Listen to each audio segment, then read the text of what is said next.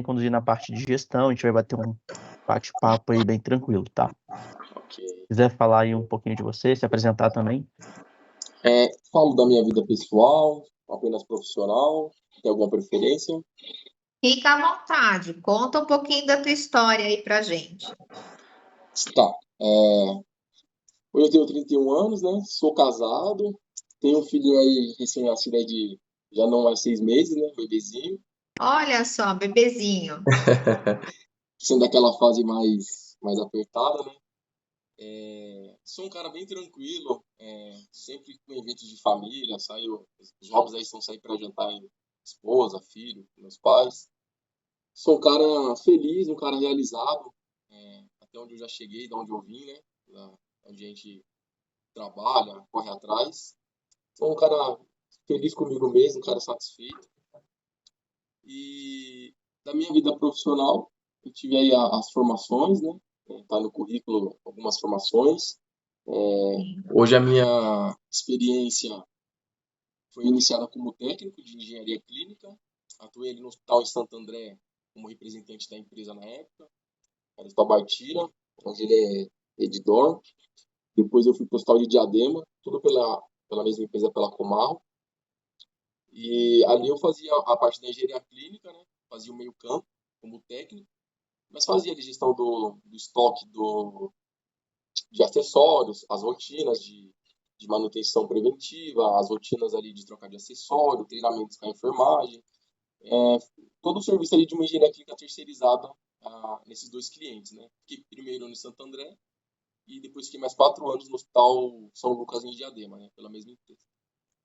Em 2017 eu vim aqui pro Rubem Berta, também como técnico de engenharia clínica, e até 2020, 2021 desempenhava ali as atividades em centro cirúrgico, ambulatório e pronto-socorro.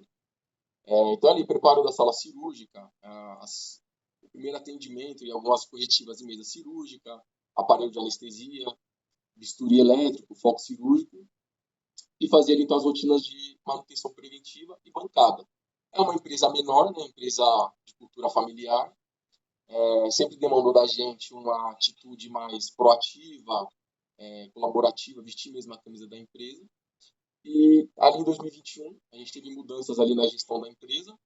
O meu líder virou gerente, eu passei a ser assistente dele, né, já na coordenação, e passei a ter as atividades relacionadas ao orçamento, controle do inventário, controle das ordens de serviços via sistema, cadastro de produto, entrada e saída de máquinas, essa parte mais administrativa também, somado às atividades técnicas que eu mantive, né?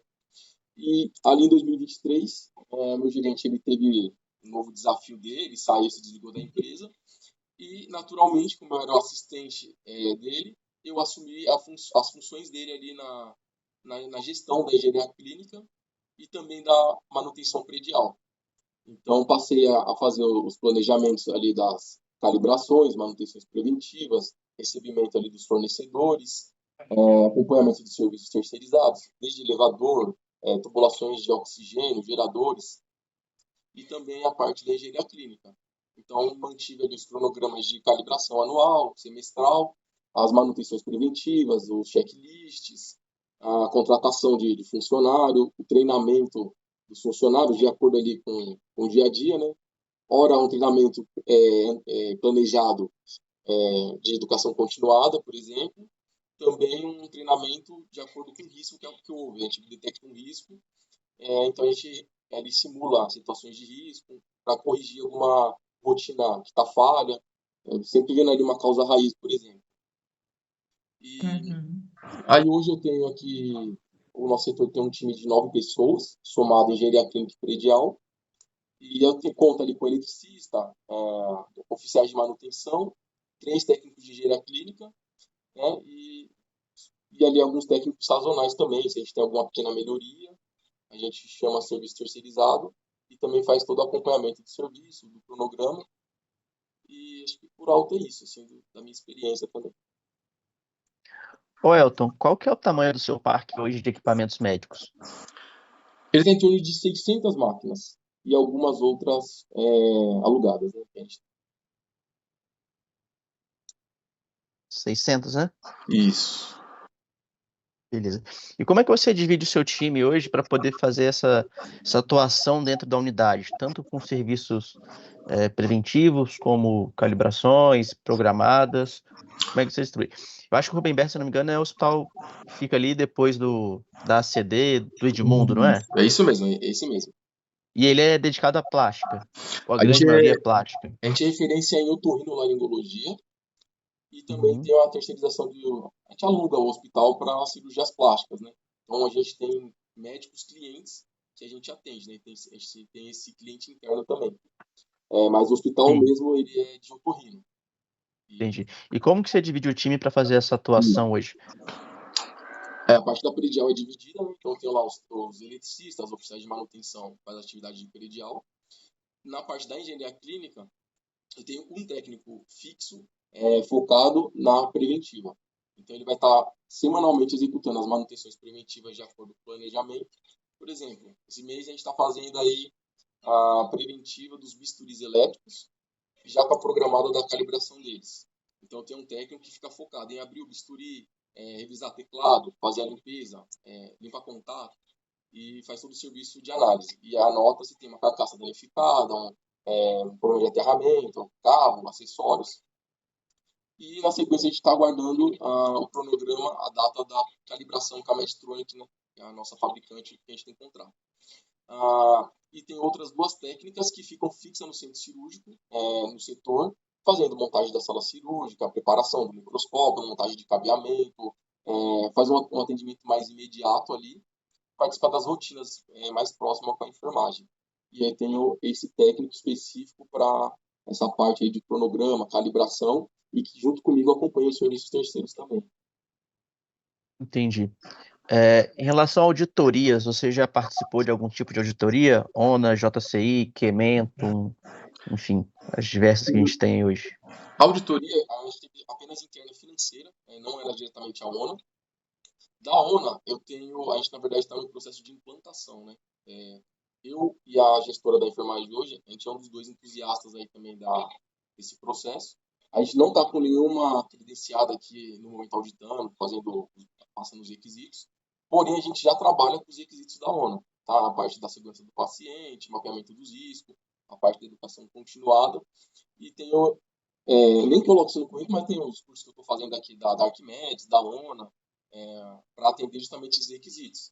Então, a gestão de dados, contratos, a avaliação do fornecedor, a questão do histórico, né, de todo o tempo de vida útil da máquina, todo o histórico ali de corretivas, orçamentos, aquisição, a gente tem todo esse controle e eu trouxe, né, implantei tanto fisicamente a engenharia clínica aqui, estrutura mesmo, prateleira, a setor, adequação, bancada, mapeamento da equipe, né, dimensionamento do que o mínimo necessário que a gente precisaria. E tenho trabalhado em cima justamente dos requisitos. Uma coisa até particular mesmo, minha como profissional, eu já procuro, pelo menos em cima da ONU, já costumo trabalhar com os requisitos da ONU, assim. Por exemplo, hoje eu também estou implantando aqui, estou em negociação, junto com a MV, né, a sua MV, a extensão do eFort para o hospital. Então, eu também estou trazendo esse processo para justamente automatizar as manutenções, ter os indicadores ali de forma mais sincronizada. Então, eu encabeço esses projetos aí de implantação do eFort, do Hoje você não tem um sistema de gestão aí na unidade. Você não trabalha com nenhum sistema de gestão dedicado à engenharia clínica. Isso, a gente está trabalhando com o MV, que ele tem muita limitação. Mas eu estou no meio do processo de implantação do eFort. O eFort eu trabalhei no meu estágio, né? Eu tive estágio voluntário no HC, na época da faculdade, e lá no estágio a gente trabalhou também com o eFort. O Elton, deixa eu te perguntar uma coisa. O Matheus vai muito nas questões técnicas, eu estou indo na pessoa que vai comandar aqui nosso time, né? Que vai trabalhar muito próximo comigo aqui, enfim, né? Eu vi que no Rubem Berta você teve a oportunidade de entrar como técnico, né? Você foi para coordenação, agora você está como gerente, né? Essa posição. E veja, a nossa vaga é uma vaga de supervisão de engenharia clínica. Sim. Né? Então, eu quero entender essa virada tua, né? Qual é o que te trouxe a participar desse processo, né? O que te faz querer sair hoje e te motivar a sair do Rubem Berta, onde você já tem uma posição de gestor, né? De gerência, para você fazer esse downgrade para um cargo novamente de supervisão. Tá? Eu quero entender essa motivação tua, isso é importante para que eu Sim, veja se futuro, qual é o teu futuro, qual é o caminho, né? sim. O teu nessa área. Hoje eu faço um planejamento de carreira particular, pessoal, faço algumas consultorias. Assim, hoje eu entendo que eu cheguei num topo dentro da empresa, ela tem uma cultura familiar, ela é diferente da cultura corporativa que eu tive nos outros hospitais. Trabalhei muito aqui, sou grato, né, tive muita oportunidade de crescimento, de aprender muita coisa. Eu entendo hoje um fim de ciclo, porque eu cheguei até a gerência, mas eu não tenho, eu não me enxergo em 10 anos na empresa, por exemplo. E quando eu entro numa instituição, eu gosto de me planejar a longo prazo. E olhando para a cultura, a forma que a empresa trabalha, as rotinas, eu valorizo uma empresa também que tenha coisas novas a me agregar, a me desenvolver. Então, eu trabalho com uma equipe reduzida, todo mundo faz um pouco de tudo, mas, por exemplo, a gente entra em questões da IONA, sistemas, esse ambiente mais corporativo também, você começa a ficar, de certa forma, muitos anos seguidos assim, você vai ficar defasado no mercado. Então, assim, uma questão de desenvolvimento pessoal, o desejo de ter um novo desafio. Eu estou 8 anos na empresa, tive mudanças de cargo, mas eu estou numa zona de conforto, aquele Ah, sentimento de mesmice. É, eu sou um cara, não vou dizer inquieto, mas eu não me sinto confortável nessa situação de, daqui os próximos 5 anos é isso, eu não aprendo mais nada, os equipamentos é isso.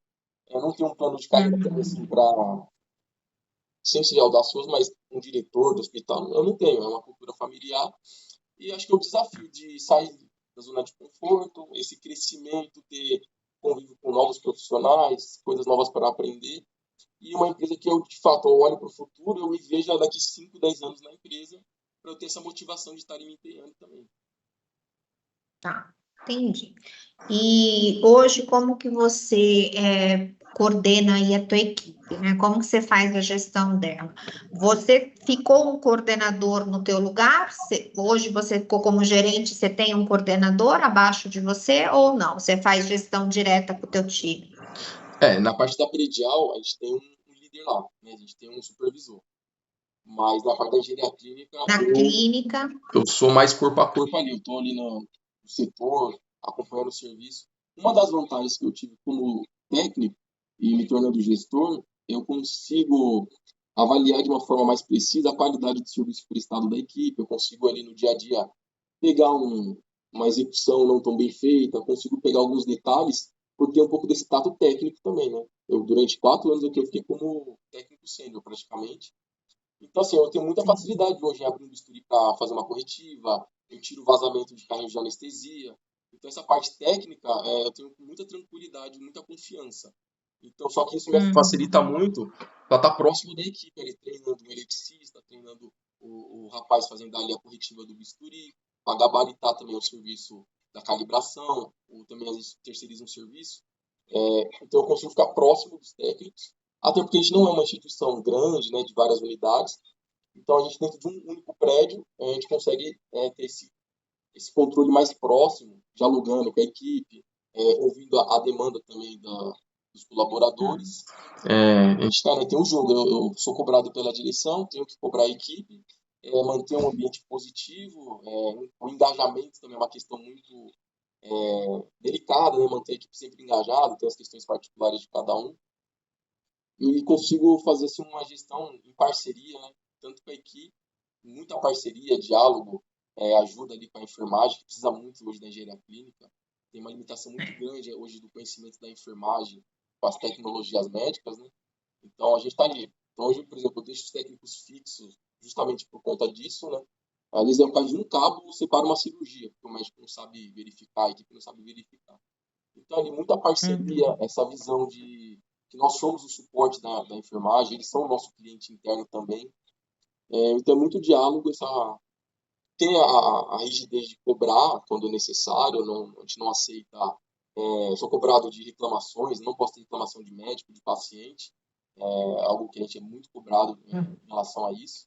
Então, de acordo com as cobranças que a gente tem da nossa direção, eu também cobro a equipe e vou ali sempre um facilitador para manter um ambiente também de engajamento, um ambiente mais positivo. Legal, não, sim, bacana. E dentro do hospital, assim, a gente tem uma urgência, né, o Elton, são demandas, eu acho que aparecem no dia a dia, né, eu acho que a gente se programa, todo mundo se programa, mas hoje você como gestor, eu acho que você sabe a gente tem que ter essa disponibilidade, né, dentro do hospital. O hospital, ele é 24 horas, ele demanda muito da gente, né, então a gente tem perguntado aí para os candidatos essa questão da disponibilidade, né, eu sei que você está com um filhinho novinho, né, enfim, mas a gente é um hospital bastante parrudo. Eu tenho, assim, eu preciso dessa interação nos grupos, eu preciso de uma pessoa que esteja bem presente, mesmo aos finais de semana, porque a gente tem cirurgias aos sábados, né? Domingo, às vezes eu tenho uma de urgência, mas é mais aos sábados ainda, às vezes à noite tem algum problema com equipamento, enfim, né? Certo. Como que como que você transita e até passa isso para a tua equipe também, né? Essa questão da urgência, como você trabalha isso com eles, de estarem disponíveis, de às vezes ter que vir num sábado, como que você consegue trabalhar isso com eles, né? Hoje a gente trabalha com escalas normal, a gente também trabalha aqui de segunda a sábado. Tá. A gente tem uma escala, se acontecer alguma situação emergencial, até mesmo na predial, a gente tem a escala do domingo, a gente tem algumas negociações com o RH, compensações em folga, né, banco de horas, a gente trabalha com banco de horas. Eu tento mostrar o lado da cobrança, olha, hoje você precisa, de repente, dobrar o plantão, a gente tem um senso de responsabilidade bem desenvolvido na equipe, é um hospital, né? A gente não é tudo tem uma responsabilidade, mas é diferente de um restaurante. A gente trabalha com vidas, é um centro cirúrgico. Então, até na contratação, a gente já deixa alguns pontos claros, né, para quem está interessado. E ao longo do ano, né, do semestre, a gente vai sempre pontuando de acordo com o estresse, às vezes uma cobrança mais rigorosa da equipe médica, eles às vezes são mais... a educação falta, às vezes, ali pelo estresse, né, um momento ali de necessidade. Escala, o diálogo, negociar as férias na data que eles acham que é mais viável também, tentar ouvir o lado deles. Na emergência, a gente tem alguns planos aí de ação, por exemplo, autoclave, o coração do hospital. A gente tem 2 autoclaves aqui de 470 litros. Um exemplo que aconteceu recentemente, deu uma falha ali, né, vazamento pneumático, uma falha elétrica na autoclave. O meu técnico ele vai atender ali de forma imediata, né, porque a gente é um prédio único. A gente vai acionar o nosso contrato com o prestador de serviço, tendo um suporte por telefone, por exemplo. Né? Então, ele não conseguiu resolver, a gente verifica imediatamente com o nosso prestador de serviço. Uhum. Não conseguindo também resolver, a gente já tem estipulado aqui um prazo de até 24 horas, por exemplo, a gente aciona ele, informa, dá os feedbacks necessários, e a gente já tem o agendamento da visita do prestador de serviço, encaminhado a logística da peça, por exemplo, ou ele já bem encaminhado qual é a possível falha da máquina. Então, no plantão seguinte, às vezes a gente tem um contrato flexível, bem flexível também noturno, que eles atendem. Ele, na mesma noite, ele estando em São Paulo, ele atende a gente no mesmo dia, em 6, 8 horas. Não atendendo no mesmo dia, no plantão seguinte, às 8 da manhã, antes do almoço, eles já estão aqui presentes, com a peça, né, a caminho, ou já passou ali no fornecedor dele no centro de São Paulo, retirou alguma peça elétrica e vem atender a máquina. Então, isso é um exemplo de... A gente tem uma agilidade da nossa equipe, a gente é generalista, né? A gente sabe um pouquinho de cada máquina, faz esse primeiro atendimento, e sempre tem esses suportes aí que a gente auxilia. A gente procura sempre mais parada zero de máquina, na verdade. Né? A gente trabalha muito em parada zero. A gente tem os backups e trabalha com parada zero. Legal, bacana. Ô, Elton, como é que funciona hoje você pode falar especificamente da engenharia clínica, não precisa tanto Sim. falar da predial. A sua gestão financeira dentro da sua área, dentro da área de engenharia clínica, na verdade. Como é que você trabalha isso com a equipe, com a direção? Como é que funciona? Bom, a parte financeira acaba realmente calhando mais comigo. Eu tenho alguns controles que eu faço para evitar desperdício, a questão do treinamento, do manuseio do acessório, dos consumíveis. Também a gente tenta fazer alguns reparos em bancada, já deixando ciente essa questão de não dá para eu ficar toda semana trocando um oxímetro sem verificar. A gente tem essa consciência, essa cobrança, né, com todo tipo de acessório, por exemplo. O controle dos custos, hoje eu tenho em planilha, né, faço controle dos custos anuais do meu consumo da osmose, os contratos anuais, então eu vou ter aí em torno de R$400 mil o setor gasta anual entre manutenções corretivas, preventivas, os contratos de calibração. Então eu tenho esse controle geral, R$8 mil anual em calibrações, eu tenho em torno de R$160 mil por ano ali de compra, de consumo de acessórios, padrões e não padrões, né? Então, reposição de estoque ou placas que eu vou aplicar ali no equipamento numa substituição. Por exemplo, a gente recentemente trocou a placa ali de um carrinho da Dräger de R$15 mil. Aí entra no meu controle anual, nesse custo total ali que eu tenho, eu passo para minha direção.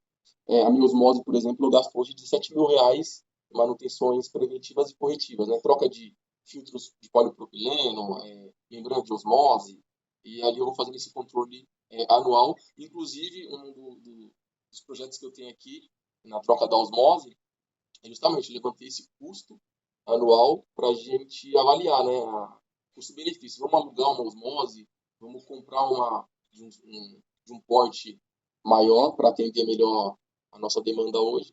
Então, com esses custos anuais aí eu consigo trazer alguns indicadores para a minha direção também. Entendi. Deixa eu te perguntar uma coisa. Você conhece um técnico chamado Marcos Bispo? Não, o nome é Bispo eu conheço, agora o Marcos Bispo não. É porque você parece muito com ele e é um técnico nosso hoje. Sério? E aí eu olhei seu prenome e aparência física, lembra bastante. Pode verdade. ser um primo de segundo grau que eu não conheço, dependendo de onde ele for. Um primo distante, né? Porque Bispo, minha família é baiana, né? Meus avós, né? Meus pais não, mas meus avós aí da Bahia. E Bispo, via de regra, sai Pernambuco e Bahia. Se eles vieram para cá, para outro bairro... Já pensou, encontra aqui, né? Matheus Bispo?